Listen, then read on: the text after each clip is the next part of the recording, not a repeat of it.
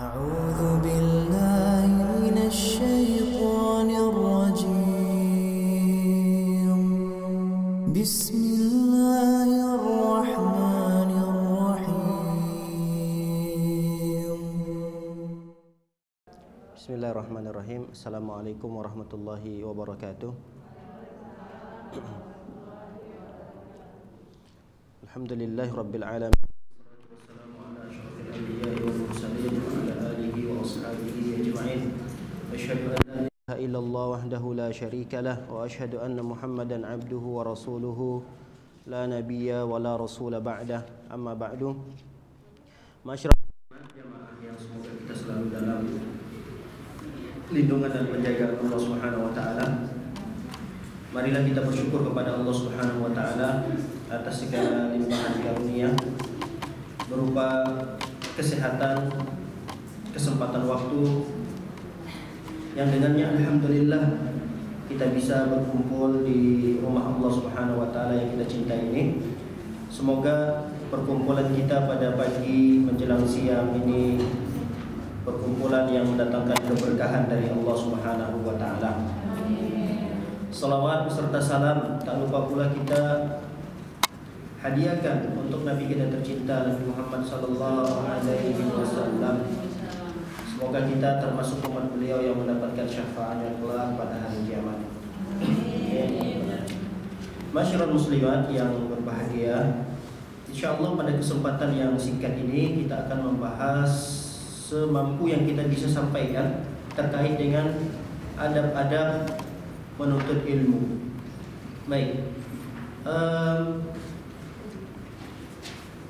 adab di dalam menuntut ilmu adalah suatu perkara yang sangat penting sekali bagi penuntut ilmu tentunya, sehingga para ulama banyak sekali mengarang kitab-kitab, menulis kitab-kitab terkait dengan adab-adab para penuntut ilmu.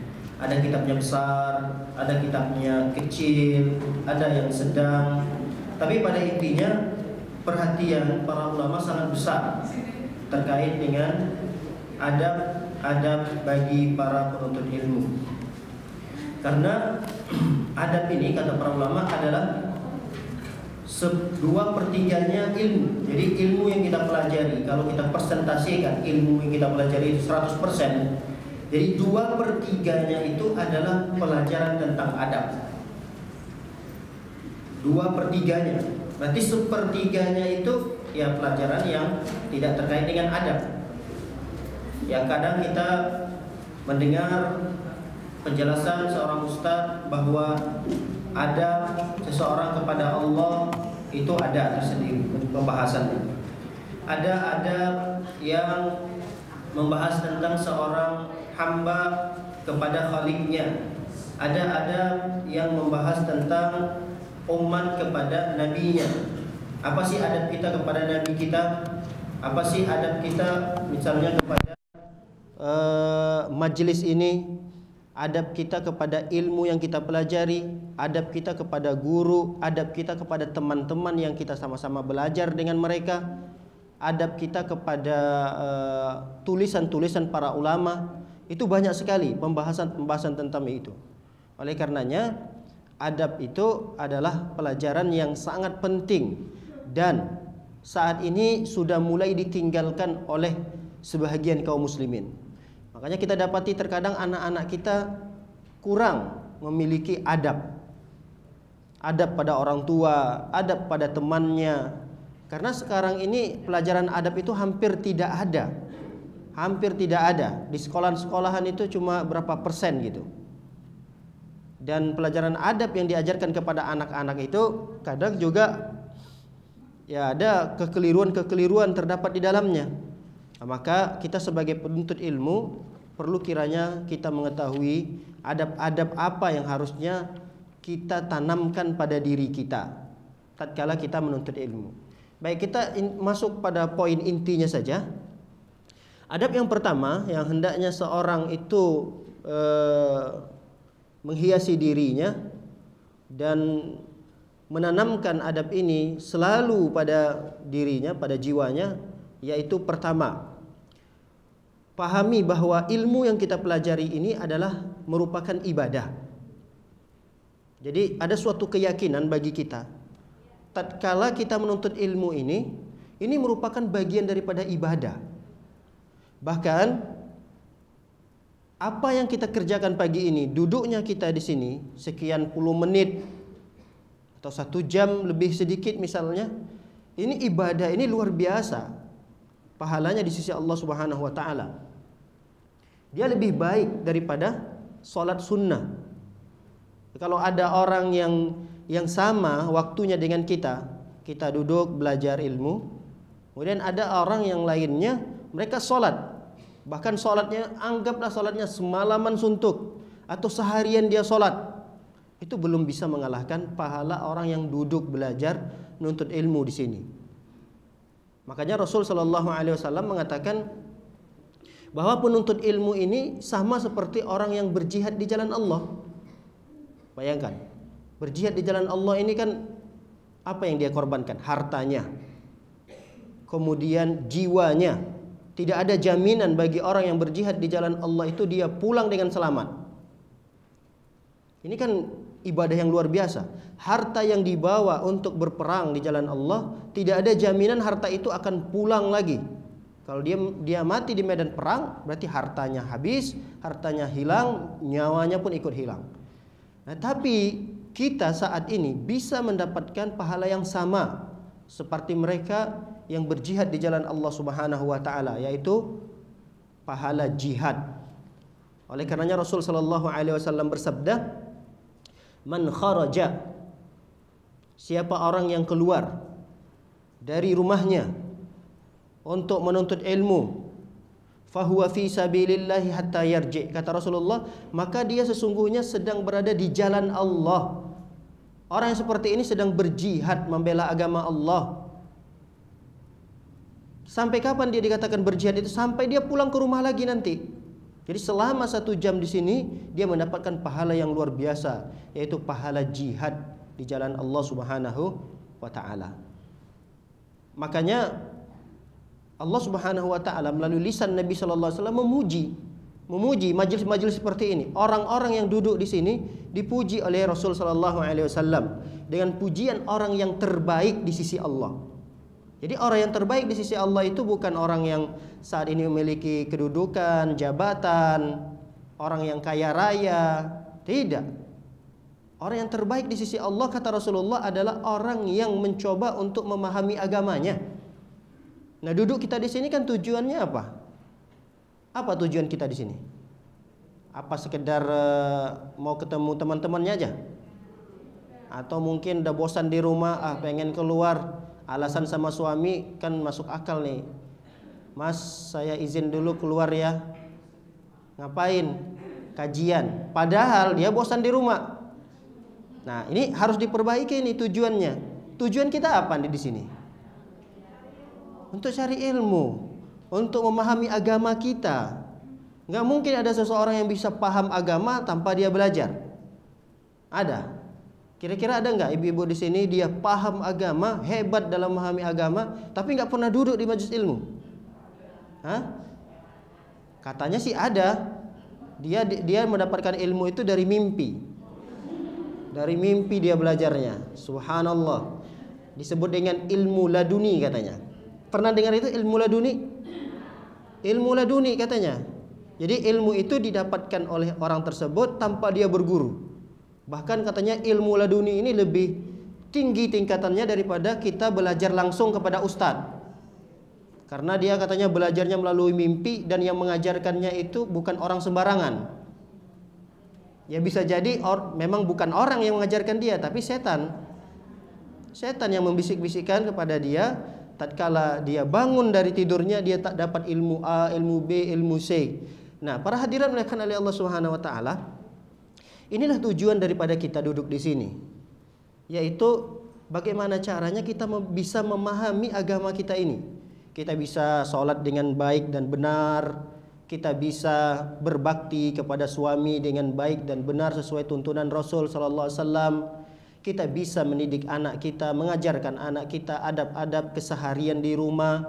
Gimana kita mau mengajarkan anak-anak kita di rumah? adab-adab keseharian, tapi kita tidak punya ilmu. Mungkinkah seseorang bisa memberi tapi dia tidak memiliki? Nggak mungkin. Nggak mungkin ada orang bisa memberi tapi dia tidak memiliki sesuatu itu. Saya mau bersedekah nih, berapa? 100 juta. Ada uangnya? Nggak ada. Lah, gimana caranya dia mau bersedekah 100 juta tapi uangnya nggak ada? Saya mau mengajarkan anak saya nih. Ngajarin apa? Nggak tahu mau ngajarin apa ya. Nggak ada ilmu yang mau diajarinnya. Oleh karena itu, Rasul sallallahu alaihi wasallam bersabda, "Man yuridillahu bihi khairan yufaqqihu fid din." Siapa orang yang diinginkan oleh Allah kebaikan, lihat. Siapa orang yang Allah inginkan kebaikan pada orang tersebut, maka Allah akan mudahkan dia untuk memahami agama ini. Jadi duduknya kita di sini ini ibadah sangat besar. Ibadah yang sangat agung. Saking agungnya ibadah ini merupakan majelis yang sangat dimuliakan oleh Allah Subhanahu wa taala. Majelis yang dimana Rasul sallallahu alaihi wasallam memotivasi para sahabatnya, jangan sampai terlewatkan majelis-majelis seperti ini. Kata Rasul sallallahu alaihi wasallam pernah berpesan kepada para sahabat, apabila kalian melewati taman-taman surga, maka singgahlah kalian. Lihat, para sahabat ketika itu mungkin bingung, ya Rasulullah, di dunia ini di mana ada surga? Rasul mengatakan kalau kalian melewati Riyadul Jannah itu taman-taman surga, maka kalian singgah. Lalu para sahabat bertanya, ya Rasulullah, apa taman surga di dunia ini? Kata Rasulullah, itulah majelis-majelis ilmu. Jadi ini kita sekarang duduk di taman. Ya cuma tamannya kadang-kadang memang godaannya berat. Taman-taman yang seperti ini kadang cepat membosankan. 5 menit, 10 menit, apalagi yang ngajarin pelajarannya susah, yang menjelaskannya juga agak berat gitu. Wah, udahlah bosan, bertambah-tambah lagi bosannya. Beda dengan taman-taman yang mungkin bisa menyegarkan pandangan mata kita. Kita jalan-jalan sama keluarga, mampir ke taman ini, ke taman itu, ke taman ini, senang kadang hati kita. Bahagia kita melihat keluarga-keluarga tertawa, senang kita.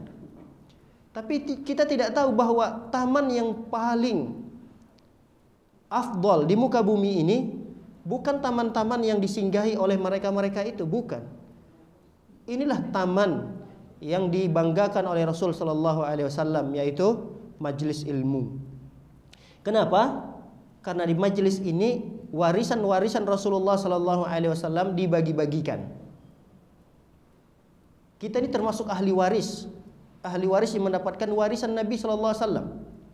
Rasul meninggal itu, Rasul sallallahu alaihi wasallam wafat. Apa warisan yang beliau tinggalkan untuk kita? Apa? Dinar, dirham, kuda, onta, ilmu, ya kan? Ilmu. Apa itu ilmu? Ilmu itu kitabullah, sunnah Nabi, hadis-hadis Nabi. Kemudian dua ini dipahami oleh para sahabat Nabi Shallallahu Alaihi Wasallam. Inilah yang diwariskan oleh Rasul kepada kita. Makanya ketika itu ada beberapa sahabat yang diperintahkan oleh Rasul Shallallahu Alaihi Wasallam. Ketika itu sahabat sedang sibuk di pasar. Ada beberapa sahabat yang sibuk di pasar. Lalu Rasul mengatakan, kalian kenapa nggak ikutan? Itu di masjid sana ada orang yang sedang bagi-bagi warisan. Kenapa kalian nggak ikut mengambil bagiannya? Kata sahabat, emang ada Rasul? Iya. Lalu mereka tergesa-gesa lah pergi karena mendengar warisan nih. Warisan itu apa? Terbayang di benak kita. Harta. Jadi sahabat ini bergegaslah pergi ke masjid tadi. Sampai di masjid dilihat kok nggak ada apa-apa, nggak ada harta benda. Yang ada halaqah ini, ada orang yang sedang belajar ini, ada orang yang diskusi ini. Lalu kemudian mereka pulang lagi ke pasar, ketemu Rasulullah. Bukan ketemu dengan Rasulullah ya, bukan ketemu dengan Rasulullah, tapi dengan salah satu sahabat yang mengatakan itu, bukan Rasulullah. Jadi wahai sahabat, mana harta warisan Rasulullah yang dibagi-bagi itu?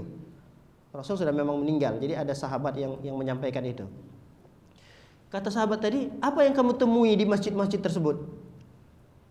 Mereka menjawab, yang kami temui ada beberapa halaqah yang mereka baca Quran, ada beberapa halaqah yang mereka diskusi agama. Nah, kata sahabat ini, itulah warisan Nabi Shallallahu Alaihi Wasallam. Nah, maka pada pagi yang berbahagia ini, berbahagialah kita. Kita sedang mendapatkan bagian daripada harta warisan yang ditinggalkan oleh Nabi Shallallahu Alaihi Wasallam. Nah, ini sangat disayangkan sekali kalau kita tidak ada rasa bahagia kita gitu. Yang namanya warisan kan harusnya kita bahagia. Yang sedih itu kalau kita diwariskan hutang. Nah, itu udah sedih lah kita udah itu. Ternyata dihitung, ternyata habis hartanya. Malah tinggal hutangnya. Nah, itu mungkin kita sedih. Tapi ini warisan. Warisan di sini bukan warisan seorang presiden, bukan warisan seorang raja, tapi warisan seorang nabi yang kita cintai, kekasih kita Nabi Muhammad sallallahu alaihi wasallam. Baik, para hadirat dimuliakan oleh Allah Subhanahu wa taala, ini yang perlu kita tanamkan pada diri kita. Bahwa saat kita keluar dari rumah, tujuan kita menuntut ilmu, lalu yang tergambar di dalam jiwa kita bahwa nuntut ilmu, belajar agama ini adalah merupakan ibadah yang sangat agung. Nih, ibadah yang sangat agung, pahalanya sangat besar sekali di sisi Allah Subhanahu wa taala. Maka kalau ini disebut dengan ibadah, maka kita harus memenuhi syarat. Ada 2 syarat yang perlu dipenuhi. Yang pertama tentu ikhlas. Ini syarat tatkala kita keluar tujuan kita menuntut ilmu, maka penuhi syarat yang pertama itu.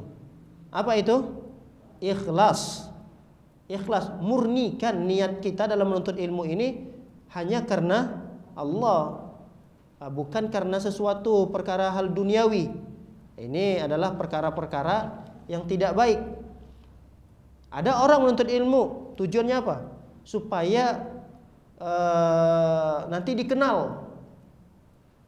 Jadi supaya menonjol di depan teman-temannya, sayalah orang yang paling berprestasi selama belajar di masjid ini. Nah, itu tujuan seperti itu keliru. Ada orang yang tujuan dia belajar untuk apa? Untuk berdebat. Ustadz, saya mau pengen mendalami ilmu ini, Ustadz. Kenapa, Bu? Mendalami ilmu ini? Saya mau mendebat orang tua saya, Ustadz. Orang tua saya itu ngeyelnya luar biasa. Saya sudah jelaskan begini-begini, dia jawab begini begitu. Saya sudah jelaskan begini begitu. Nauzubillah. Nauzubillah, tujuan daripada belajarnya sudah tidak mulia. Tujuannya sudah tidak mulia ini. Tujuannya untuk mendebat orang tua. Kalau tujuannya untuk menjelaskan dan caranya seperti apa, Ustadz, itu mungkin masih diterima. Tapi kalau dia tujuannya belajar ini untuk berdebat, untuk mematahkan hujjah orang tua yang mungkin selama ini ngeyel, itu tujuan yang bukan mulia. Bahkan bisa jadi ini termasuk anak yang durhaka kepada kedua orang tuanya. Nauzubillah. Belajar dia datang ke sini tidak dapat ilmu, kemudian dia mendapatkan dosa durhaka kepada kedua orang tuanya. Karena tujuan dia dari menuntut ilmu itu adalah untuk mendebat orang tuanya. Seharusnya dengan dia menuntut ilmu itu hatinya semakin lembut kepada orang tua, dia semakin sayang, semakin cinta kepada orang tuanya. Terdapat kesalahan-kesalahan pada orang tuanya, kalau kesalahan itu perlu ditegur, perlu dinasihati, dia cari cara yang baik. Tidak dengan cara telepon langsung, seakan ini adalah perbuatan yang menyebabkan masuk neraka, saya tidak ingin orang tua saya masuk neraka, dan seterusnya. Ini perkara yang tidak bijaksana. Ada orang yang terkadang menuntut ilmu tujuannya duniawi, mendapatkan kedudukan. Ada tujuan-tujuan duniawi untuk mendapatkan harta, untuk mendapatkan pujian, agar orang-orang terpana melihatnya, kecerdasannya, kepintarannya. Nah, ini tujuan yang tidak terhormat di dalam menuntut ilmu. Makanya Rasul sallallahu alaihi wasallam mengatakan innamal a'malu binniyat. Jadi amalan yang kita lakukan itu perlu niat. Nah, sekarang ini apa sih tujuan kita duduk, hadirnya, datangnya kita dari rumah ke masjid ini? Apa niatnya? Menuntut ilmu, berarti itu harus tetap dijaga. Harus dijaga. Jangan sampai datang syaitan mengganggu dan merusak niat tersebut. Bisa saja niat kita tadi sudah ikhlas untuk menuntut ilmu, sampainya di masjid bisa nggak goyah lagi itu niatnya? Bisa, terganggu lagi niatnya. Nah, maka keikhlasan ini sangat berat sekali, dan itu memang merupakan perintah Allah Subhanahu wa taala. Kata Allah dalam surah Al-Bayyinah ayat yang kelima, "Wa ma umiru illa liya'budullaha mukhlisina lahud-din hunafa." Kata Allah Subhanahu wa taala, tidaklah mereka itu diperintahkan, tidaklah kita ini diperintahkan kecuali untuk beribadah kepada Allah. Dalam keadaan apa kita beribadah kepada Allah? Mukhlisin. Mukhlisin itu adalah ikhlas.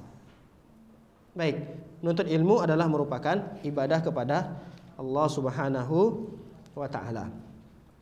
Kemudian syarat yang kedua yang kita penuhi agar menuntut ilmu ini berbuah pahala di sisi Allah Subhanahu wa taala. Agar kita menuntut ilmu ini menjadi ibadah di sisi Allah Subhanahu wa taala, yaitu tanamkan pada diri kita bahwa kita cinta kepada Allah dan cinta kepada Rasulnya. Jadi ketika kita menuntut ilmu itu, ini ibadah ini. Maka ibadah ini saya harus sertakan dengan kecintaan saya kepada Allah dan kecintaan saya kepada Rasulnya. Berarti kalau kecintaan kita kepada Allah ini sudah kita jelaskan tadi. Bentuk kecintaan kita kepada Allah ya kita ikhlas. Ikhlas tatkala kita menuntut ilmu. Yang kedua, mahabbatur Rasul, cinta kita kepada Rasul. Cinta kita kepada Rasul itu ini juga merupakan ujian yang sangat besar bagi umat ini. Kenapa ini merupakan ujian? Karena banyak umat ini mengaku bahwa saya cinta Rasul. Saya cinta Rasul. Kelompok kami yang paling cinta kepada Rasulullah. Kelompok kami yang paling cinta kepada Rasulullah. Kelompok sana adalah kelompok yang tidak sayang, tidak cinta kepada Rasulnya. Ini kalimat cinta kepada Rasul ini kalimat ujian. Makanya ada satu ayat yang diturunkan oleh Allah dalam surah Ali Imran, ayat yang ke-31. Ayat ini disebut dengan ayat ujian. Ayat ujian. Ayat yang ke-31 dari surah Ali Imran. Apa kata Allah Subhanahu wa taala? Qul in kuntum tuhibbunallah fattabi'uni yuhibbukumullah wa yaghfir lakum dzunubakum. Jika kalian mencintai Allah, maka ikutilah aku. Aku di sini siapa? Aku di sini siapa? Aku di sini adalah Rasul sallallahu alaihi wasallam. Kata Allah, wahai Muhammad, katakan kepada mereka, kepada para sahabat, kalau kalian mencintai Allah, maka ikutilah aku. Aku di sini adalah Rasul sallallahu alaihi wasallam. Jadi ya selayaknya lah kita sebagai umat Nabi sallallahu alaihi wasallam cara beribadah kita mengikuti Rasul sallallahu alaihi wasallam. Jangan hanya sekedar pengakuan saja, kita mengaku cinta Rasul, kita mengaku cinta Rasul, tapi tidak ada bukti. Mana buktinya kita cinta kepada Rasulullah? Ya buktikanlah bahwa cara beribadah kami ini sama persis seperti yang diajarkan oleh Rasul sallallahu alaihi wasallam. Kami berselawat untuk Nabi sallallahu alaihi wasallam. Cara kami berselawat ini sesuai yang diajarkan oleh Nabi kami. Ada orang yang mengatakan, wah kamilah yang paling cinta kepada Nabi. Tapi lihat cara amaliyah ibadahnya. Berselawat saja kadang dia ada selawat ini, selawat itu, selawat ini, selawat itu, dan macam-macam selawatnya itu punya keutamaan masing-masing. Dari mana ini? Siapa yang membuat selawat ini? Selawat ini kan ibadah. Boleh nggak ibadah itu kita karang sendiri? Boleh nggak? Kita mau beribadah kepada Allah. Ibadah itu kan sudah dirancang, sudah diatur oleh Nabi kita tercinta, Nabi Muhammad SAW. Kita tinggal ikutin aja itu. Nah, ada sekelompok orang yang mengaku misalnya cinta kepada Rasul, tapi cara ibadahnya itu dia buat-buat sendiri. Ada istilah, kita tidak usah sebutkan nama-namanya. Salawat A, salawat B, salawat C. Ini salawat A, B, C ini salawat dari mana? Tidak ada dari Nabi Sallallahu Alaihi Wasallam. Kalau tidak ada, jangan sekali-kali dikerjakan, karena khawatir akan tertolak. Tidak ada manfaat, tidak ada gunanya. Kalau sudah tertolak itu yang kita dapatkan apa? Capeknya, letihnya, waktu habis, tapi tidak ada pahalanya di sisi Allah Subhanahu wa taala. Baik, para hadirat yang dimuliakan oleh Allah Subhanahu wa taala, yang kedua, adab yang kedua bagi para penuntut ilmu. Hah? Oh, ketiga. Iya.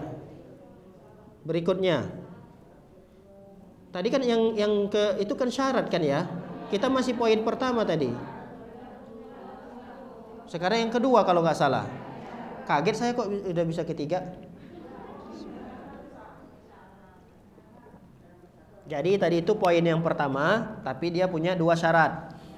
Nah, sekarang kita masuk poin yang keduanya. Poin yang kedua yaitu adab yang hendaknya tertancap kuat pada diri kita tatkala kita sebagai penuntut ilmu, yaitu jadilah orang yang betul-betul bersungguh-sungguh dalam mengikuti jejaknya orang-orang soleh terdahulu. Panjang ya poinnya ya. Ulangi ya. Berusahalah untuk berpegang teguh, ya. Berusahalah untuk berpegang teguh di atas jalan-jalan yang telah dilalui oleh orang-orang soleh kita terdahulu. Intinya ngikutin salaf lah gitu dah. Nah, intinya gitu. Terlalu panjang ternyata bahasanya. Saya terjemahkan bahasa Arabnya, jadi kun ala jaddatis salafis soleh. Nah, terjemahan panjang ini seperti itu, tapi terjemahan pendeknya udah ikutin salafus soleh. Salafus soleh itu apa? Salafus soleh, salaf itu orang terdahulu. Kalau dikatakan salaf berarti itu adalah orang terdahulu. Kalau soleh ya soleh nama orang gitu. Apa soleh itu apa? Bukan nama orang. Soleh ini bukan nama orang. Soleh itu apa? Ini anak soleh banget ya, masya Allah. Apa itu? Hah? Baik ya, baik. Ini anak masya Allah soleh ya, masya Allah anaknya soleh banget. Itu anaknya baik banget gitu. Nah, kalau salaf itu orang-orang terdahulu. Kalau soleh baik, berarti orang-orang terdahulu yang baik, yang soleh. Jadi jadi jangan dipahami salafus soleh itu berarti salaf namanya soleh gitu, bukan. Bukan. Salafus soleh itu adalah orang-orang soleh terdahulu, orang-orang baik yang terdahulu. Emang ada orang salaf yang tidak baik? Ada. Abu Jahal, Abu Lahab, ini salaf atau tidak? Salaf, tapi tidak soleh. Yang kita ingin ikuti ini adalah cara beragamanya orang-orang salafus soleh.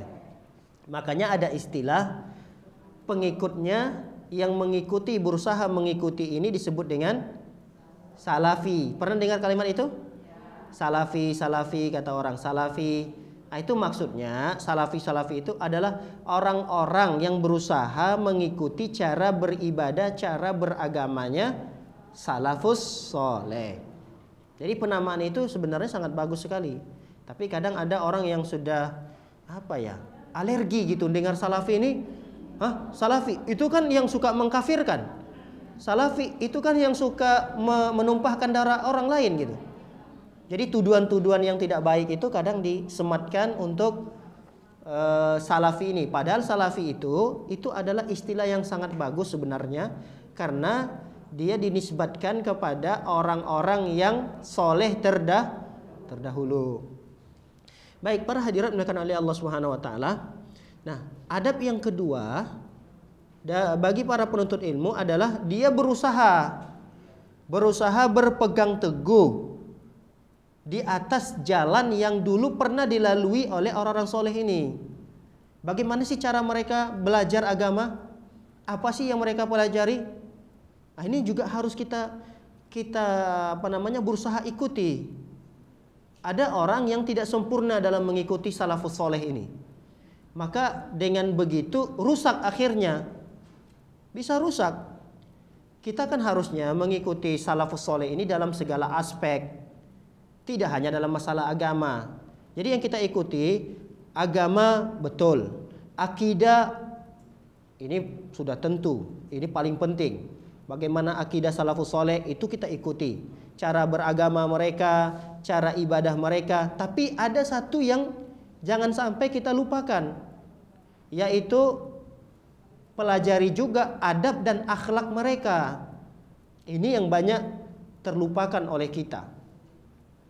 Banyak yang terlupakan oleh kita. Apa itu? Kita tidak mengikuti salaf dalam masalah adab dan akhlak. Maka kadang-kadang kita melihat keluhan-keluhan orang-orang awam itu terhadap kita para penuntut ilmu ini, kita dianggap orang yang tidak ramah. Kita ini termasuk kata mereka ya. Ini mungkin karena 1, 2, 3 oknum lah ya. Mereka ini terlalu eksklusif. Bertetangga juga tidak suka bertegur sapa. Sampai ada yang curhat sama saya. Dia memang baru-baru mulai belajar. Katanya, Ustaz, kalau saya melihat orang yang berjenggotan itu di masjid, saya udah ngelihatnya benci banget gitu. Saya tanya, kenapa Pak? Kenapa kok benci banget gitu? Apa cara beribadahnya? Enggak, cara ibadahnya mereka bagus, Masya Allah. Terus apa yang jadi masalahnya? Yang jadi masalahnya, saya ini keberadaan saya nggak dianggap katanya. Lah maksudnya gimana keberadaan nggak dianggap? Cuekin, saya lewat nggak diucapin salam. Dia memang merasakan orang tua kan. Orang tua namanya kita sebagai orang muda memang begitu adabnya. Kita bagaimana adab kita kepada orang tua? Kita nyapa dulu, kita ucapin salam. Ini enggak. Jadi memang ada sesuatu yang kurang dari saudara-saudara kita yang sudah ngaji ini, ngaji salafi lah misal gitu. Mereka terlihat pakai jenggot apa, tapi keberadaan saya itu, mohon maaf, sampai dia menggunakan bahasa yang kasar sekali ketika itu. Ustadz, saya ini dianggap seperti anjing katanya. Waliyazubillah. Kok sampai begitu Pak? Nggak boleh ngomong gitu. Nggak boleh kita suuzon. Bukan suuzon Ustadz. Anggaplah saya tidak ada masalah gitu. Ini saya nyapa aja nggak dilihat gitu. Saya mau ngambil sendal, saya udah bilang, maaf saya mau ngambil sendal. Nggak sama sekali saya disautin. Entahkah itu, iya Pak silahkan. Maaf ya, sendal saya Ustaz ada di dekat mereka gitu. Ada dekat mereka. Entahkah itu mereka ngucapin, ya nggak apa-apa Pak, maaf ya, bergeserlah mereka. Ini nggak sama sekali. Nah ini yang saya maksud. Artinya kita sebagai penuntut ilmu, adab-adab seperti ini kita harus jaga. Jangan sampai kita meremehkan masalah sepele. Ini sepele sebenarnya. Masalah sepele. Tapi ini bisa menjadi perkara yang besar di tengah-tengah masyarakat. Itu akan menjadi fitnah besar. Jadi api besar yang membakar satu rumah itu bukan dari langsung apinya besar, itu dari kecil apinya. Betapa banyak kajian-kajian kita dimusuhi karena api kecil dulu. Karena api kecil nanti disiramin bensin lagi besar. Akhirnya terfitnahlah kajian ini, bubarkan kajian ini, rebut masjid ini, jangan lagi ada pengurus-pengurus masjid-masjid yang diurus oleh orang-orang seperti ini. Itu kenapa? Itu karena tadi yang kecil-kecil, masalah-masalah kecil-kecil tadi, tapi dibesar-besarkan oleh mereka, cuma kita tidak mau memadaminnya. Harusnya kita ada usaha. Ustadz-ustadz kita, ya teman-teman yang lain, itu harus saling menasehati. Terlihat ada api nih di masyarakat nih, api fitnah. yang menuduh begini. Itu langsung kita berusaha untuk padamin. Jangan dibiarin api itu. Karena api itu kalau dibiarin nanti semakin besar. Apalagi yang nyiramin kompornya itu bensin, kompor meleduk. Wah, itu bahaya lagi. Oh, kajian itu ya. Ya di masjid fulan itu yang jamaahnya pakai topeng, pakai apa namanya? Pakai istilah mereka apa? Ninja. Yang jamaahnya berninja-ninja itu ya. Oh, memang iya, dari dulu kami udah curiga itu. Jangan-jangan memang kajiannya aneh-aneh itu. Tuh kan hasilnya. Akhirnya apa? Kompor meleduknya disambut sama masyarakat. Dari api kecil jadi besar. Itu masalahnya sepele sebenarnya. Masalahnya masalah adab, tata krama, sopan santun aja. Makanya ada juga seorang suami yang pernah curhat juga sama saya, Ustadz, saya itu punya istri itu sangat kurang sekali dalam bermuamalah dengan tetangga. Ustadz, udahlah istri saya ini bercadar. Di masyarakat saya itu kalau melihat orang bercadar kayak takut-takut gitu. Ditambah lagi istri saya ini nggak pernah nyapa tetangganya. Kalau lewat begitu aja. Terus saya tanya, Pak, istri Bapak dulu backgroundnya, basicnya dari mana? Iya Ustadz, istri saya itu dari kecil, dari SMP sampai SMA itu mondok Ustadz. Oh benar, kalau mondok mereka belum diajarkan, mereka belum belajar ilmu sosial, bagaimana bersosialisasi dengan tetangga. Jadi mereka itu diajarkan di pondok bagaimana caranya kalau kita lewat pada orang tundukkan pandangan. Kan dulu begitu doktrinnya. Tundukkan pandangan. Tapi kan itu belum berlanjut pembelajaran itu. Kepada siapa kita menundukkan pandangan? Bolehkah kita menyapa? Bolehkah kita mengucap salam? Itu kan dipelajari lagi nanti. Adab-adab seperti itu. Adab-adab bermasyarakat. Mana yang melanggar, mana yang harus kita jaga. Nah, ini yang harusnya kita paksakan. Maka ini tugas bapak lagi. Tugas bapak lagi untuk mengajarkan istri. Jadi caranya saya bilang, sekali-kali istri bapak jalan, bapak dampingin istri itu. Nah, ketika nanti ngelewat rumah tetangga, lihat nih ada di rumah itu, di taman itu ada ibu fulana, terus kasih tahu tuh, disenggol istrinya. Senggol gini, apa namanya nih? Dikasih siku gitu istrinya. Paksain, sapa orang tersebut. Sapa ibu itu, ucapin salam samanya. Nah, jadi kita ajarin dia, tapi harus bersabar. Nah, ini yang terkadang kita tidak perhatikan. Ini yang kadang kita cuekin. Kita punya anak yang mungkin mondok, tapi kita nggak ajarin cara bersosialisasi kepada tetangga. Kita ajarin nih anak kita, itu ibu fulan, ayo salim sama ibu itu, ucapin salam sama ibu itu. Kadang alhamdulillah ada orang tua seperti itu. Kadang ada orang tua ya udah cuek aja. Dianya saja yang manggil, assalamualaikum bu, gimana kabarnya bu, ngapain itu ibu. Anaknya, anak perempuannya yang bercadar juga di sampingnya nggak diajarinnya. Harusnya diajarin. Karena anak kita itu mondok, belum tentu dia diajarkan ilmu yang seperti ini di pondoknya. Supaya apa? Supaya tidak tersebar fitnah. Kalau wanita-wanita yang berninja menurut mereka itu adalah wanita yang menyeramkan. Nah, supaya hilang tuduhan-tuduhan itu, supaya hilang. Ya memang ada kadang 1-2 orang ya. Memang ada, memang kita tidak pungkiri itu. Memang ada 1, 2, 3 orang yang wanita-wanita, saudari-saudari kita yang sudah mulai berniqab, bercadar, cara bermuamalah mereka buruk di masyarakat, buruk di tetangga, tidak suka menyapa, kayak ada orang tapi dianggap angin aja di depannya gitu. Ada seperti itu. Tapi yang seperti ini jangan kita biarkan. Nah, kita harus perbaiki. Atau kita lah yang sudah sekarang mengaji, alhamdulillah kita sudah berpakaian syar'i yang seperti yang diinginkan oleh Rasul sallallahu alaihi wasallam. Tapi adab-adab seperti ini jangan sampai terlewatkan oleh kita, karena kita sebagai seorang penuntut ilmu. Baik, para hadirat dimuliakan oleh Allah Subhanahu wa taala. Adab yang berikutnya, adab yang keberapa sekarang? Adab yang ketiga.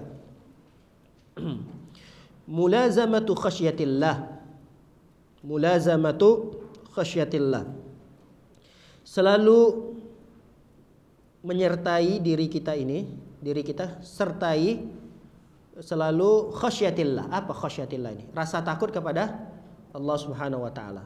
Jadi penuntut ilmu itu dia harus menancapkan sifat ini pada dirinya. Selalu memiliki rasa takut kepada Allah. Ini. Selalu merasa takut kepada Allah Subhanahu wa taala. Karena orang yang berilmu itu bukan orang yang hafalannya banyak ya.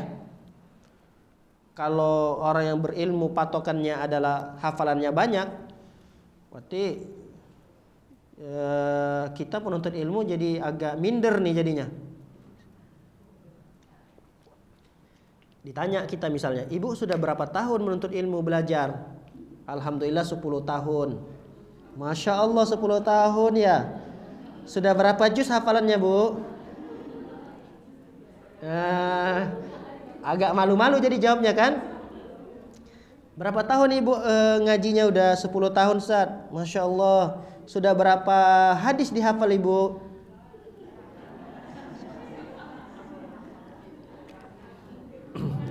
Innamal a'malu binniyat. Alhamdulillah. Jadi penuntut ilmu itu yang menjadi patokannya, yang menjadi patokan dia berhasil atau tidak berhasilnya selama berapa tahun dia ngaji itu bukan karena dilihat hafalannya saja, bukan. Bukan hafalannya. Jadi kalau hafalannya nanti wah percuma dong kalau begitu saya bertahun-tahun mengaji tapi nggak ada hafalannya nih. Ah kalau gitu besok nggak usah ngaji deh. Malu juga nih kalau ngajinya bertahun-tahun tapi nggak ada hafalannya. Bukan. Di antara yang paling penting ya, yang paling penting di antaranya bagi penuntut ilmu itu, yaitu ada nggak rasa takutnya kepada Allah? Bertambah nggak rasa takutnya kepada Allah? Dengan dia belajar, bertambah nggak rasa takutnya kepada Allah? Atau dia belajar, semakin banyak ilmunya, semakin banyak hafalannya, malah semakin lancang kepada Allah? Ada tidak orang seperti ini? Ada, banyak kita dapati. Yang bergelar profesor, doktor, ada yang nyeleneh-nyeleneh. Ya mungkin ibu-ibu sudah tahu lah ya, kita nggak sebutkan lah. Banyak sekali, itu bukan satu dua. Dan dia mengajar di universitas-universitas tinggi, universitas-universitas ternama. Tapi pemikirannya, semakin dia belajar, semakin tinggi titelnya, tapi semakin lancang kepada Allah. Semakin berani mengatakan Al-Quran perlu direvisi. Coba, direvisi itu maksudnya apa? Dirubah. Wal'iyadzubillah. Al-Quran 30 juz dikatakan bahwa Al-Quran ini sudah tidak relevan lagi, sudah tidak sesuai dengan zamannya. Kalau di zaman Rasulullah Al-Quran ini masih mungkin bisa digunakan, masih bisa dipakai, masih bisa diamalkan. Tapi kalau sudah di zaman kita ini, nah itu ada beberapa ayat yang tidak perlu dipakai, itu dibuang aja. Ada beberapa juz yang tidak perlu, itu dibuang aja, direvisi. Karena ada kesalahan-kesalahan atau mungkin ada yang tidak sesuai lagi dengan zamannya. Ini sudah zaman yang canggih, zaman yang orang diberikan kecerdasan. Kalau kita masih berpatokan dengan teks nas Al-Quran yang seperti ini, berarti kita akan kembali kepada zaman dahulu. Zaman dahulu yang tidak canggih. Lihat, semakin dia belajar, semakin dia berilmu, semakin tinggi titelnya, semakin lancang kepada Allah Subhanahu wa taala. Ada lagi yang mengatakan agama Islam ini tidak sempurna. Padahal Allah dalam Al-Quran mengatakan al-yauma akmaltu lakum dinakum. Kata Allah, hari ini, maksudnya pada hari di mana Rasul SAW sedang di Arafah ketika itu, haji terakhir, haji wada, turunlah ayat ini. Allah katakan, hari ini kata Allah, aku sempurnakan bagimu wahai Muhammad, bagi kalian wahai umat Islam, agama Islam ini. Allah sudah katakan agama ini sempurna. Tiba-tiba ada orang zaman sekarang berani-berani dia mengkritisi Al-Quran itu, dia katakan agama Islam ini siapa yang mengatakan sudah sempurna? Agama Islam ini belum sempurna. Kalau kata-kata agama Islam ini belum sempurna, itu berpotensi apa? Ya perlu disempurnakan lagi kan? Ya perlu ada revisi, perlu ada tambahan karena belum sempurna. Ibarat bangunan itu belum sampai tembok-temboknya belum sampai sempurna gitu. Berarti harus ditambahin lagi, diaduk semennya, beli lagi batanya supaya dia sempurna. Nah, dia ibaratkan Islam itu seperti itu. Subhanallah. Lancang, orang seperti itu sangat lancang sekali. Alasannya apa? Dalilnya apa? Dalilnya tidak ada di dunia ini sempurna. Itu jadi dalil. Coba, jadi dalil, apa dalilnya? Dalilnya kan ini kan bahasa keseharian kita. Bahasa keseharian kita sama teman-teman kita, kalau kita ya benar. Kalau kita manusia, kita katakan tidak ada yang sempurna. Atau di dunia ini memang tidak ada yang sempurna. Ya kenikmatan apa yang di dunia ini yang sempurna? Nggak ada. Tapi jangan itu dijurnalisirkan dan dimasukkan dalam perkara agama. Betul, tidak ada di dunia ini yang sempurna. Ada yang dikecualikan. Yaitu termasuk agama ini. Agama Islam ini sudah distempel oleh Allah. Sudah distempel, sudah istilah kita sudah diketok palu, udah nggak ada lagi. Istilah mau ditambahin atau dikurangin udah nggak ada lagi. Udah sempurna. Tinggal kita ikuti aja. Tinggal kita amalkan saja. Nah, ada orang yang semakin berilmu, semakin tinggi gelarnya, semakin lancang kepada Allah Subhanahu wa taala. Makanya adab ini perlu kita tekankan. Maka setiap kita menuntut ilmu harus memuhasabah, introspeksi diri. Semakin saya belajar, semakin takut nggak? Semakin besar nggak rasa takut saya kepada Allah? Kalau benar itu ada pada diri kita, alhamdulillah. Berarti selama ini kita berhasil, kita lulus dalam menuntut ilmu. Makanya dalam Al-Quran Allah Subhanahu Wa Taala berfirman di surah ayat yang ke-28, surah Fatir ayat yang keberapa? 28. Kata Allah Subhanahu wa taala, "Innama yakhsyallaha min ibadihil ulama." Innama yakhsyallaha min ibadihil ulama.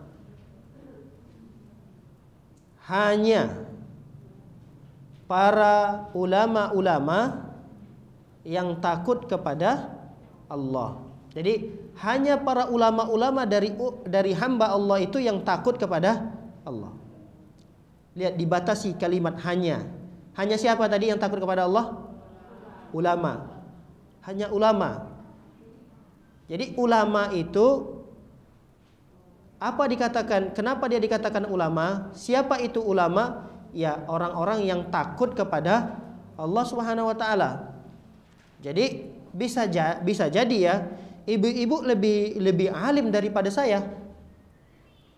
Bisa jadi saya hafal banyak ayat, saya punya hafalan hadis, tapi rasa takut saya kepada Allah tidak lebih besar dibandingkan ibu-ibu yang ada di sini. Bisa jadi ibu-ibu di sini rasa takut kepada Allahnya lebih besar kepada Allah ya, lebih besar. Saya bisa jadi tidak lebih kuat dalam hal adab ini. Bisa jadi di satu sisi saya terkadang lancang kepada Allah Subhanahu wa taala. Jadi orang-orang yang belajar kemudian bertambah rasa takutnya kepada Allah, bertambah rasa takutnya kepada Allah, maka mereka itulah yang sesungguhnya orang alim. Mereka itulah orang alim yang sesungguhnya. Tapi sekali lagi, tidaklah dikatakan orang itu alim kecuali dia beramal. Paham? Dia berilmu nih, sudah dia pelajari, sudah sekian tahun dia belajar, sudah ada rasa takutnya kepada Allah, tapi dia tidak beramal. Nah, ini juga tidak mungkin. Tidak mungkin dikatakan dia seorang alim dengan ilmu yang dia pelajari, rasa takut yang dia miliki, tapi dia tidak beramal. Jadi itu suatu paket ya, satu paket ilmu, kemudian menumbuhkan rasa takut.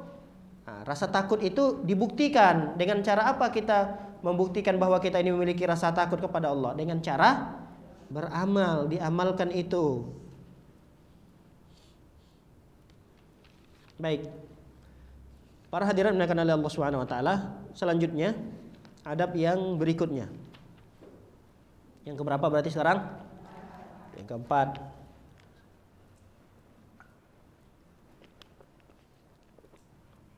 Adab yang keempat, dawabul muraqabah.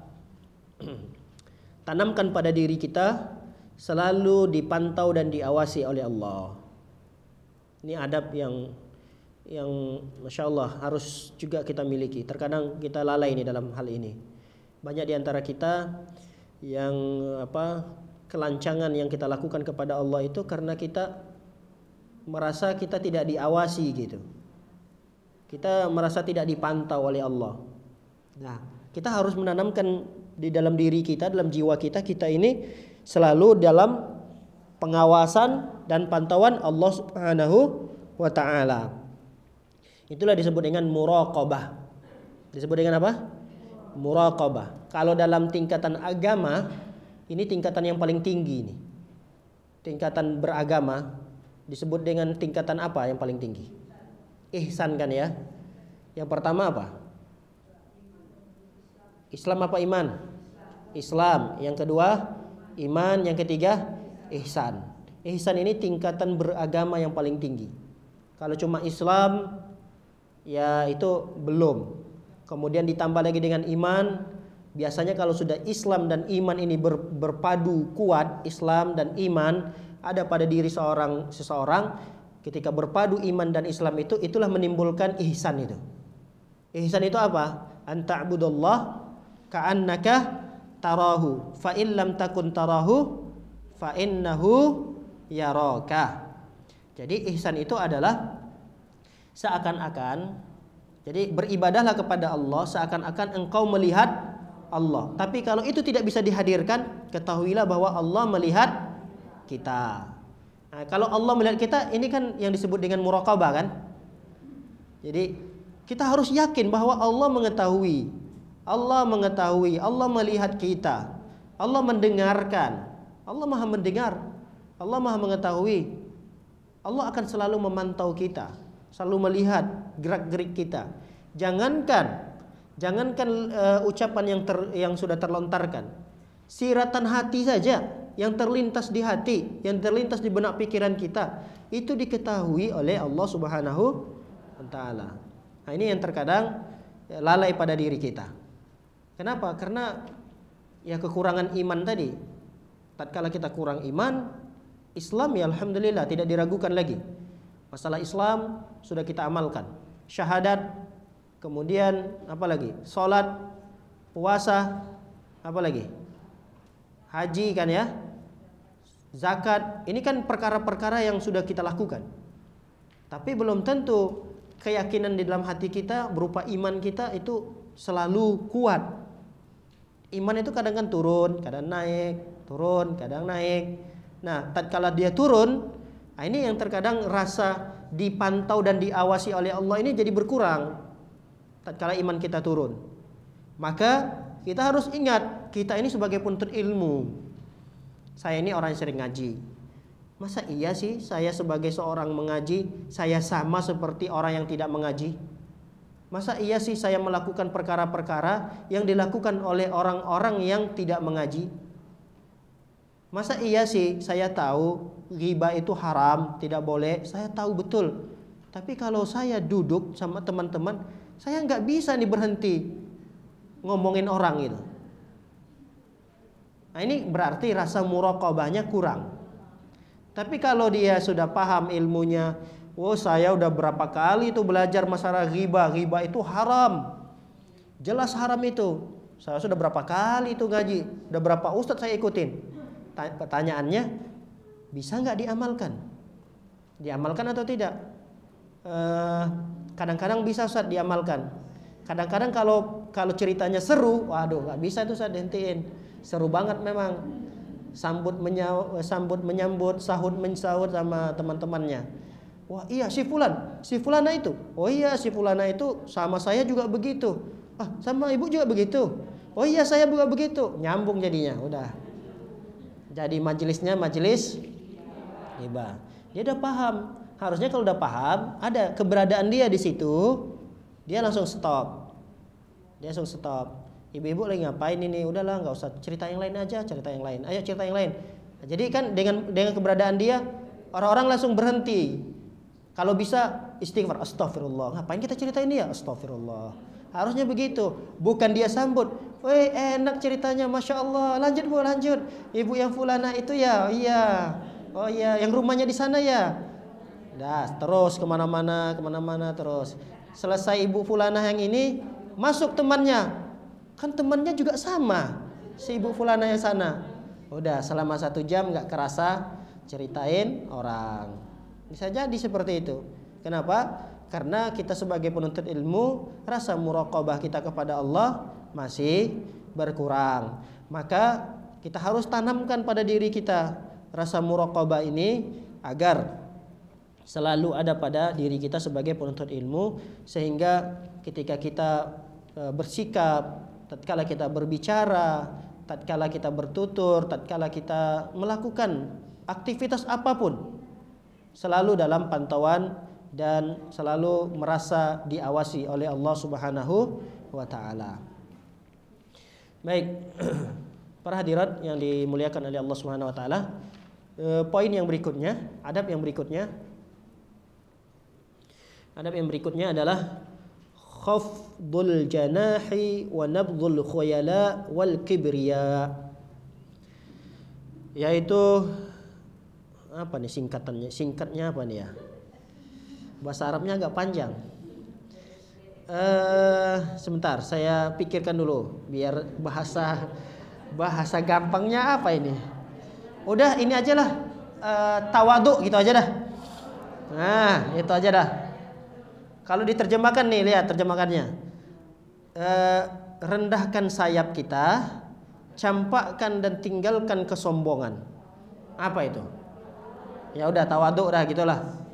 Tawadhu dan tidak sombong dah gitu aja. Nah, itulah bahasa mudanya. Tawadhu dan tidak sombong. Jadi penuntut ilmu itu dia harus memiliki sifat ini. Sifat tawadhu itu. Semakin dia berilmu, semakin dia rendah hati. Ibarat padi itu dia semakin berisi semakin merunduk. Nah, begitulah sebagai penuntut ilmu. Dulu ingat enggak ibu-ibu sekalian waktu di awal-awal menuntut ilmu? Wah, seperti pendekar kan? Debat sana, debat sini. Bid'ahkan sana, bid'ahkan sini. Ini tidak boleh, ini. Semua orang ditantang kan? Nggak tahu kalau ibu-ibu di sini. Kalau ibu-ibu di sana pernah cerita mereka. Wah, kalau pertama-tama belajar itu mengetahui ilmunya. Wah, ini ilmu baru ini. Ada dalilnya Ustaz, ada. Ini hadisnya Ustaz, ada. Wah, saya akan tantang itu saudari-saudari saya itu. Mereka masih melakukan ini Ustaz. Masih mengamalkan ini. Semangat, betul. Semangatnya itu luar biasa. Tapi semangatnya nggak terarah gitu. Nggak punya strategi. Akhirnya menimbulkan fitnah. Muncullah fitnah-fitnah dari saudara-saudaranya, sesat. Kamu udah sesat, kamu belajarnya di mana ini? Kan jadi muncullah fitnah kan? Coba dia harusnya ketika dia tahu satu ilmu, dia pelan-pelan dulu, belajar dulu. Gimana caranya? Tanya dulu ustadznya, Ustaz. Terus kalau masalah ini ada pada keluarga saya yang mereka masih mengamalkan itu, Ustaz gimana dong Ustaz? Nanti Ustaznya akan memberikan penjelasan. Kalau mereka yang masih mengamalkan itu, ya berharaplah kita kepada Allah semoga Allah terima amalan mereka. Tapi kita tetap nanti nasihati dengan cara yang baik, dengan cara yang bijak, bukan dengan cara pendekar yang baru menguasai 1-2 jurus seakan-akan dialah jagoan di kampung itu. Nah, itu yang nggak boleh. Ya, hendaknya kita sebagai penuntut ilmu, semakin kita berilmu, semakin lama kita ngaji, semakin kita rendah di hati. Semakin kita selalu bersabar. Jangan lupa juga bersabar, jangan lupa juga kita tidak memiliki sifat sombong. Kadang ini yang tidak bisa hindari bagi penuntut ilmu ini, yaitu tawaduk tadi, tawaduk dan tidak sombong ini. Karena banyak orang-orang yang gagal dalam menuntut ilmu karena sombongnya ini. Sombong. Jadi seakan-akan percuma dia belajar sekian tahun lamanya, tapi karena sifat sombongnya ini ada pada dirinya, seakan-akan betul kadang-kadang orang-orang awam itu betul kadang-kadang menilai kita. Seakan-akan kita ini dianggap orang yang paling benar sendiri. Ya kan? Itu kan pandangan orang awam kan? Kadang-kadang begitu. Padahal yang kita permasalahkan itu adalah masalah-masalah khilafiyah gitu.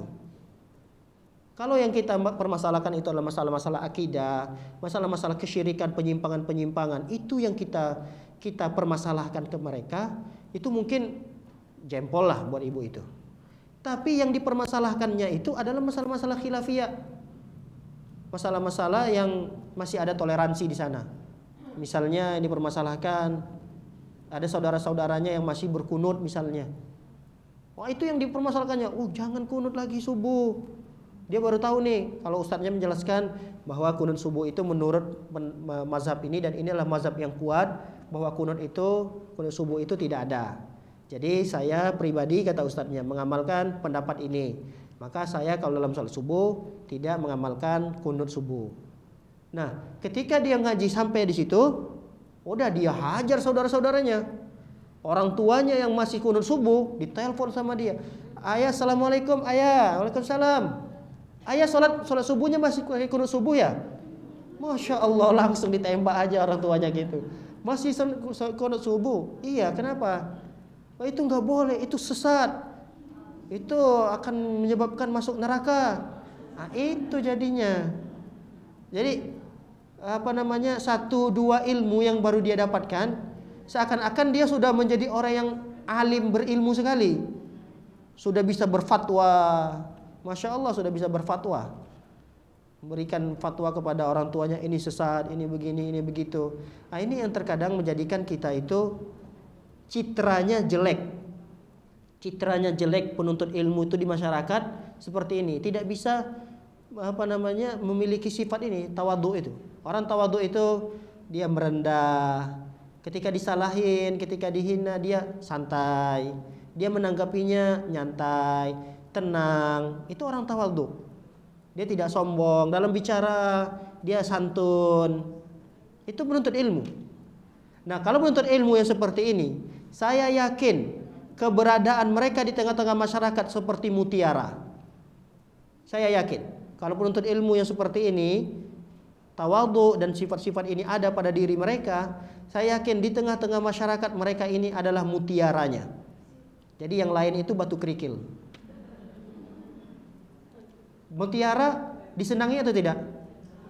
Oh, disenangi. Berarti keberadaan kita itu harusnya disenangin gitu. Jangan keberadaan kita di tengah masyarakat itu batu kerikil, udah batu kerikil tajam lagi. Nauzubillah. Terinjak sama orang, jerit orang. Jangan seperti itu. Jangan sampai keberadaan kita di tengah-tengah masyarakat itu menjadi orang resah, orang gaduh, masyarakat gaduh, sehingga muncullah berbagai macam jenis fitnah. Nah, kalau fitnah itu hanya pada dirinya saja, ya nggak ada masalah. Yang dikhawatirkan itu fitnah itu akan menyebar kepada komunitas tempat dia ngaji juga. Ini jadi masalah. Makanya kami ingin tekankan di sini, adab ini perlu kiranya kita tanamkan pada diri kita agar kita semuanya ini betul-betul menjadi mutiara gitu. Sesuatu yang indah dilihat. Walaupun dari segi pakaiannya kita terkadang masih difitnah, tapi dengan akhlak kita itu ternyata orang tidak mempermasalahkan lagi kok. Alhamdulillah. Masalah orang yang bercadar, orang yang pakaiannya syar'i. Alhamdulillah dengan keberadaan kita orang tidak ada lagi yang benci, tidak ada lagi yang merasa aneh. Kenapa? Karena kita mulai ini ilmu kita amalkan, adab-adab dalam menuntut ilmu itu juga kita praktekkan gitu. Sehingga keberadaan kita itu membuat orang-orang lain merasa tersinari gitu. Mereka mendapat kecipratan dari keberkahan kita menuntut ilmu ini. Tapi kalau selama ini kita menuntut ilmu, orang-orang lain masih resah, masih tidak nyaman dengan keberadaan kita, dengan lisan kita yang tajam misalnya, dengan tingkah laku kita yang kurang tingkah laku kita kurang sopan, tidak beradab. Nah, ini saya yakin bahwa keberadaannya tidak akan menjadi mutiara. Tapi dia harus tetap berusaha untuk mengamalkan adab-adab ini supaya keberadaannya itu ya diharapkan, keberadaannya itu diharapkan banyak di tengah-tengah masyarakat, tidak hanya satu. Tapi masyarakat mengharapkan, kenapa enggak orang seperti ini banyak ya? Itu yang kita inginkan di masyarakat itu. Jadi masyarakat sekarang berubah, pemikiran mereka tidak lagi membenci orang-orang yang seperti ini, yang ngaji seperti ini, tapi harapan kita mereka berubah menjadi sayang, menginginkan keberadaan kita dan menginginkan orang-orang seperti kita ini banyak di tengah-tengah masyarakat. Baik para hadirin, para hadirat yang dimuliakan oleh Allah Subhanahu wa taala. Selanjutnya yang keberapa sekarang? Yang ke-6. Yang ke-6, al-qana'atu waz-zahadah. Al-qana'atu waz-zahadah. Tahu qana'ah kan, Bu? Udah bahasa Indonesia ya? Zahadah itu zuhud, qana'ah dan zuhud. Apa itu qana'ah?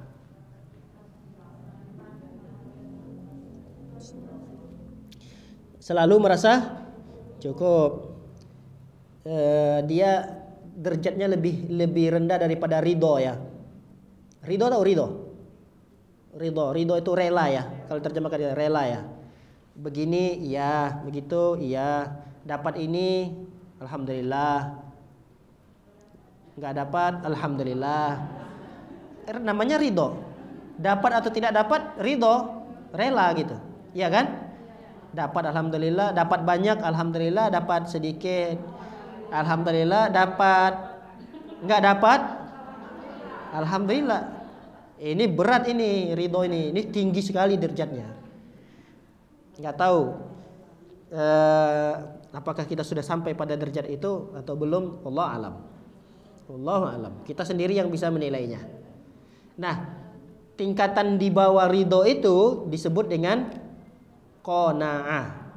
Dia hampir mirip dengan ridho. Ridho, qanaah, ridho hampir mirip. Ada para ulama mengatakan kalau qanaah ini ya sedikit di bawah dari ridho, merasa cukup. Kemudian waz-zahada, zahada itu zuhud. Zuhud. Kalau zuhud itu dia lebih tinggi derajatnya daripada wara'. Zuhud ini apa? Gimana menerjemahkan zuhud ini? Ibu-ibu sudah tergambarkan maksud zuhud kan ya? Atau masih bingung zuhud ini apa? Zuhud itu apa? Siapa yang bisa menerangkan ke kita nih? Nah, Bu? Kenapa, Bu? Zuhud? Masya Allah, Masya Allah. Ya, zuhud ini mungkin bisa kita terjemahkan gimana ya? Adanya sesuatu yang kita dapatkan itu tidak menjadikan kita gembira, dan apabila sesuatu itu hilang pada diri kita juga nggak sedih gitu. Biasa aja, betul. Zuhud ini orangnya biasa-biasa aja. Dapat, alhamdulillah hari ini bisa beli mobil, biasa aja, mobil biasa aja, sama dia biasa aja. Terus mobil itu hilang dicuri orang, biasa aja sama dia, enggak sedih gitu. Jadi adanya sesuatu itu enggak menggembirakan dia, hilangnya sesuatu itu dia juga enggak sedih gitu. Nah, itu bisa juga diterjemahkan zuhud seperti itu. Bisa juga zuhud itu diterjemahkan seperti itu. Kalau diterjemahkan zuhud ini dari sisi akhiratnya ya, dari sisi akhirat ya, zuhud itu bisa kita terjemahkan segala sesuatu yang tidak bermanfaat baginya di akhirat dia tinggalkan. Dia meninggalkan segala sesuatu yang tidak mendatangkan manfaat untuk akhiratnya. Apa sih sesuatu yang tidak bermanfaat buat akhiratnya? Nah, itu dia tinggalkan. Misalnya bajunya udah ada 1 lemari nih, terus ditambah 1 lemari lagi. Berarti berapa lemari udah bajunya? 2. Kira-kira lemari yang kedua ini manfaat nggak bagi dia untuk akhiratnya? Enggak, dia tinggalkan. Enggak, ngapain saya beli lagi? Yang ada aja deh. Oh, tapi pengen Ustaz, ini model baru, ini begini begitu. Ya udah, kalau mampu beli, tidak terlarang.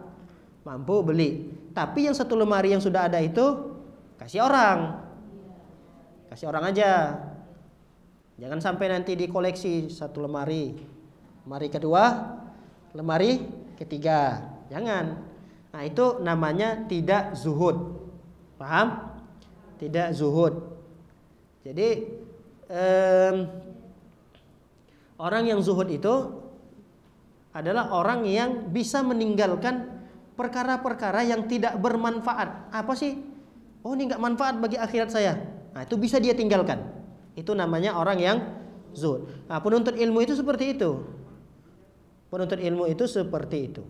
Jangan diterjemahkan zuhud itu adalah orang yang berpakaian lusuh, apa namanya? Kusut, masat, udah compang-camping, tambal sana tambal sini. Bukan itu maksud zuhud. Kemudian pakaiannya nggak pernah disetrika misalnya, dan seterusnya. Nah, itu bukan zuhud. Zuhud itu tidak menafikan seseorang itu berpenampilan rapi, penampilan indah. Ya harusnya penuntut ilmu, mohon maaf nih, penuntut ilmu ya dia harus berpenampilan rapi ya. Dia berpenampilan rapi, dia berpenampilan bersih. Itu kan yang dicontohkan oleh Jibril alaihissalam. Malaikat Jibril ketika datang kepada Rasulullah. Ingat nggak hadis Umar bin Khattab yang bertanya tentang Islam, bertanya tentang iman, bertanya tentang ihsan, ya kan, bertanya tentang hari kiamat. Itu siapa yang bertanya itu?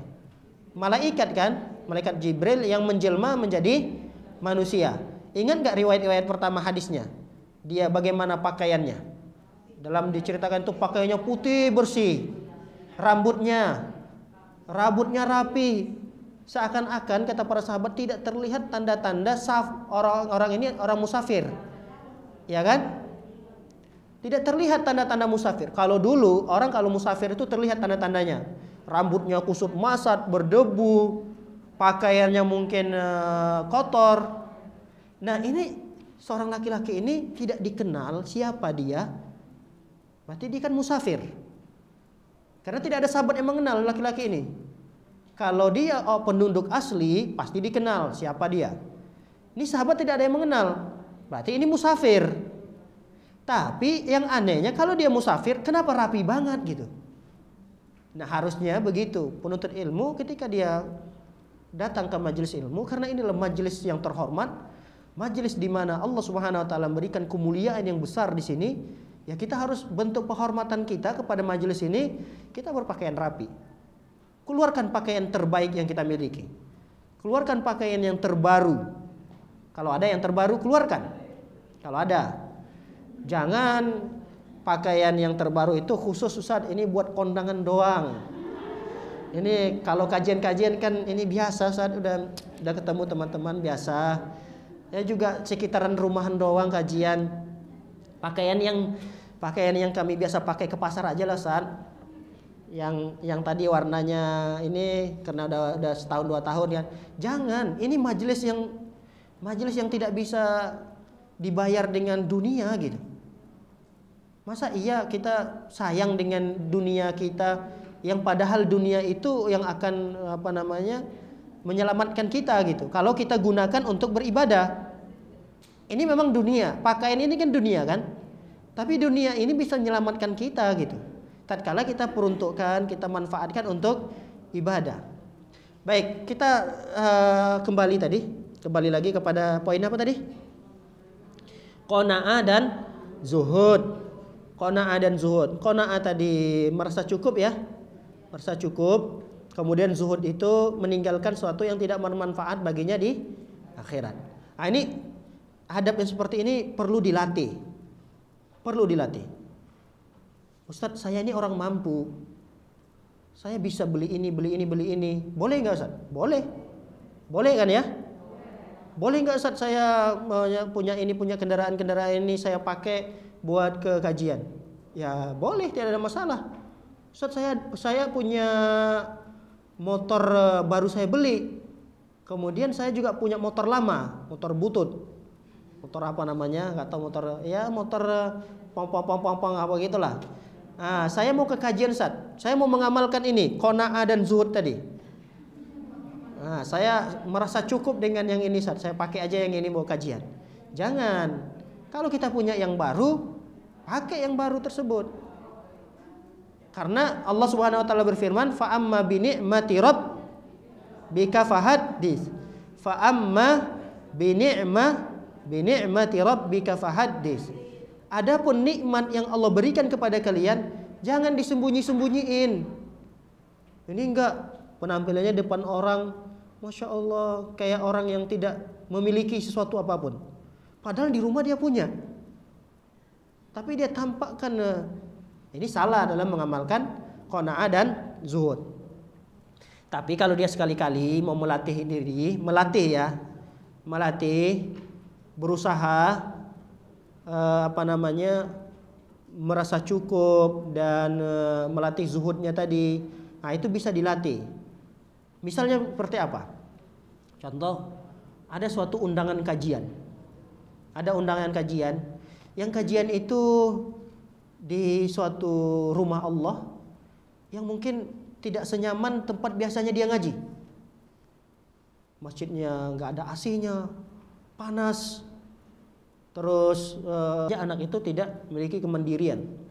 Kita kan pengennya anak kita pesantrenkan itu tidak hanya mendapatkan ilmu, tapi dia mendapatkan ilmu bersosialisasinya dengan teman-teman seperti apa, ilmu dia kemandiriannya. Senang nggak kita tiba-tiba anak kita pulang ke rumah anak kita, kok rajin nyapu sekarang anaknya, nyapu dia ngepel. Sebelum di pondok, kalau suruh nyapu nyuci piring itu kita jerit-jerit dulu.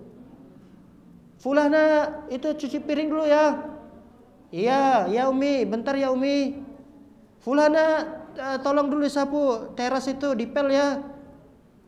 Kalau sekarang ketika dia pulang liburan di pondok, Masya Allah, nggak disuruh rumah rapi semua. Itu diantara keberhasilan ya. Tapi Allah alam bisawab, kadang ada juga anak tambah malasan jadinya, merasa di pondok dia dikekang. Akhirnya ketika dia keluar dari pondok seperti burung lepas dari sangkar. Udah bebas dia. Bebas merasa, tapi orang tua juga enggak mengingatkan gitu. Enggak mengingatkan, merasa kasihan juga. Udahlah, dia udah di pondok sekian bulan, udah biarin aja Abi, enggak apa-apa Abi, biarin aja. Biar aja Umi aja ngerjain semuanya. Nah, kadang ada juga orang tua seperti itu. Ya, kita harus saling mengisi ya, saling bersatu padu antara orang tua dengan gurunya. Gimana caranya anak itu bisa memiliki sifat ini, sifat qanaah dan sifat zuhud di dalam menuntut ilmu. Nggak apa-apa sekali-kali anak itu kita ajak jalan. Nah, ayo nggak usah pakai sendal. Sekali-kali kita nggak pakai sendal, boleh seperti itu, nggak ada masalah. Nah, sekali-kali kita naik angkot ya. Naik angkot, pergi ke pasar naik angkot, biar dia ngerasain angkot. Jangan-jangan anak-anak kita nggak pernah naik angkot nih, nggak merasakan. Nah, dia diajarkan, dilatih seperti itu. Hidup merasakan hidup susah itu dia harus dilatih supaya nanti dia nggak kaget. Tatkala kita nggak tahu. Ada orang yang biasa hidup senang, bahagia, semua apa yang diinginkan terpenuhi. Di suatu ketika orang tuanya nggak mampu. Stres nggak nanti orang tuanya menghadapi anak seperti yang sudah berharap terus menampung tangan kepada orang tuanya? Stres orang tuanya. Dan inilah yang pernah dilakukan kalau tidak salah seorang gubernur ya. Ketika itu seorang gubernur di Mesir. Beliau ini pernah mengamalkan sunnah Nabi Shallallahu Alaihi Wasallam, terkadang Rasul itu pernah sekali-kali jalan tidak pakai alas kaki. Pernah. Sekali-kali Rasul SAW ada alas kaki, Rasulullah ada. Tapi sekali-kali Rasul SAW tidak mengapa, sekali-kali kita temanin, ngobrol, kita lanjutkan lagi dengan diskusi atau pembicaraan-pembicaraan duniawi yang lainnya, tidak ada masalah, tidak mengapa. Adapun untuk menjaga hati, menjaga keikhlasan tadi, itu tidak akan goyah ya, tidak akan goyah. Karena yang menggoyangkan niat ikhlas kita tadi itu sebenarnya adanya dorongan dari bisikan-bisikan syaitan. Tapi kalau kita lihat majelis-majelis yang kita perlu kiranya untuk duduk sejenak di sana, ya kita duduk saja. Duduk sebentar. Habis itu kalau kita lihat tidak ada lagi pembicaraan yang penting, tidak ada lagi ide yang mungkin kita bisa sampaikan di sana, kita pamitan izin. Tapi tidak terlarang, tidak terlarang. Dan insya Allah duduknya kita dengan teman-teman itu mudah-mudahan bisa menjaga hati kita, bisa menjaga keikhlasan kita. Mudah-mudahan seperti itu. Itu yang harapan kita. Tapi kalau kita bisa menilai dan melihat itu akan mengurangi pahala kita dan melalaikan kewajiban kita, maka sebaiknya kita tinggalkan dan kita langsung pulang menunaikan kewajiban kita sebagai seorang istri atau sebagai seorang ibu dari anak-anak kita. Ya, wallahu a'lam bishawab. Sudah, tidak ada lagi yang ditanyakan? Alhamdulillah. Ya, demikian ibu-ibu yang dimuliakan oleh Allah Subhanahu wa taala. Semoga duduknya kita di sini mendapatkan keberkahan dari Allah Subhanahu wa taala. Keberkahan usia kita, keluarga kita, harta kita, dan semoga kita selalu diberikan kesehatan oleh Allah Subhanahu wa taala, yang dengannya mudah-mudahan kita bisa beribadah kepada Allah Subhanahu wa taala. Wa sallallahu nabiyana Muhammadin wa ala alihi washabihi wasallam ajmain. Akhiru da'wana subhanakallahumma bihamdika asyhadu an la ilaha illa anta astaghfiruka wa atubu ilaik. Assalamualaikum warahmatullahi wabarakatuh.